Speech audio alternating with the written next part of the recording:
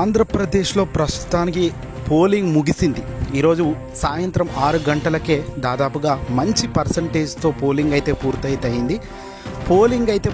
కానీ ఇక్కడ ఆంధ్రప్రదేశ్లో ప్రస్తుతం అధికార పార్టీ వైఎస్ఆర్సీపీ పార్టీకి సంబంధించిన జగన్మోహన్ రెడ్డి గారికి బ్రహ్మాండంగా ప్రజలు గట్టిగానే సిద్ధమనే టైటిల్తో ముందుకు వెళ్ళి ఓటు హక్కు వినియోగించుకున్నారు. ప్రతి ఒక్కరూ ఫ్యాన్ గుర్తుకే ఓటు వేశాము, ఖచ్చితంగా జగన్ మళ్ళీ రావాలి, జగనే గెలవాలి అని పట్టుదలతో ఉన్నట్టుగా తెలుస్తుంది.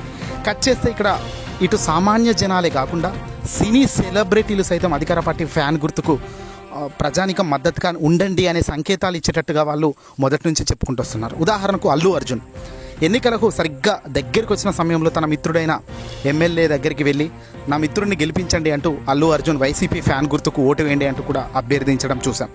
కట్ చేస్తే ఆ తర్వాత ఈరోజు ఉదయం ఎన్నికల పోలింగ్లో భాగంగా 6 గంటల సమయంలో ఉదయాన్నే జూనియర్ ఎన్టీఆర్ తన కుటుంబ సభ్యులతో కలిసి హైదరాబాద్లో ఓటు వేశారు. జూనియర్ ఎన్టీఆర్ హైదరాబాద్లో ఓటు వేసి ఇక్కడ ఏంది ప్రభావితం అనుకోవచ్చు. జూనియర్ ఎన్టీఆర్ నందమూరి తారక రామారావు గారి మనవడు. మరి జూనియర్ ఎన్టీఆర్ మనవడిగా ఎన్టీఆర్ ఏది చేసినా వీళ్ళ ఫ్యాన్స్ అభిమానులు కూడా ఆయన మేలును ఆయన చెప్పింది వింటుంటారు. తాజాగా జూనియర్ ఎన్టీఆర్ బ్లూ చొక్కా వేసుకొని వచ్చి ఓటు వేయడం ఇక్కడ గమనార్హం. బ్లూ చొక్కా అనేది ఎవరికి సింబల్, ఏ పార్టీకి సింబల్?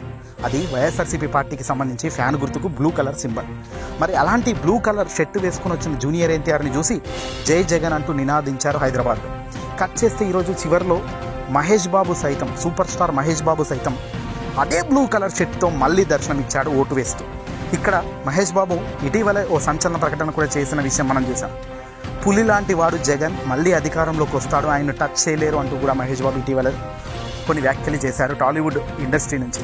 అంటే ఇక్కడ జగన్మోహన్ రెడ్డి గారికి ఇటు సామాన్య ప్రజలే కాకుండా ఇతర రాష్ట్రాల్లో ఓటు వేసే టాలీవుడ్కు సంబంధించిన పెద్దలు ప్రముఖులు సైతం ఓటు ఫ్యాన్ గుర్తుకు వేయండి అనే తట్టుగా వాళ్ళు వేసుకున్న కలర్ కానీ వాళ్ళు చూపించిన ప్రేమ కానీ ఇక్కడ హ్యాట్స్ ఆఫ్ చెప్పాలి.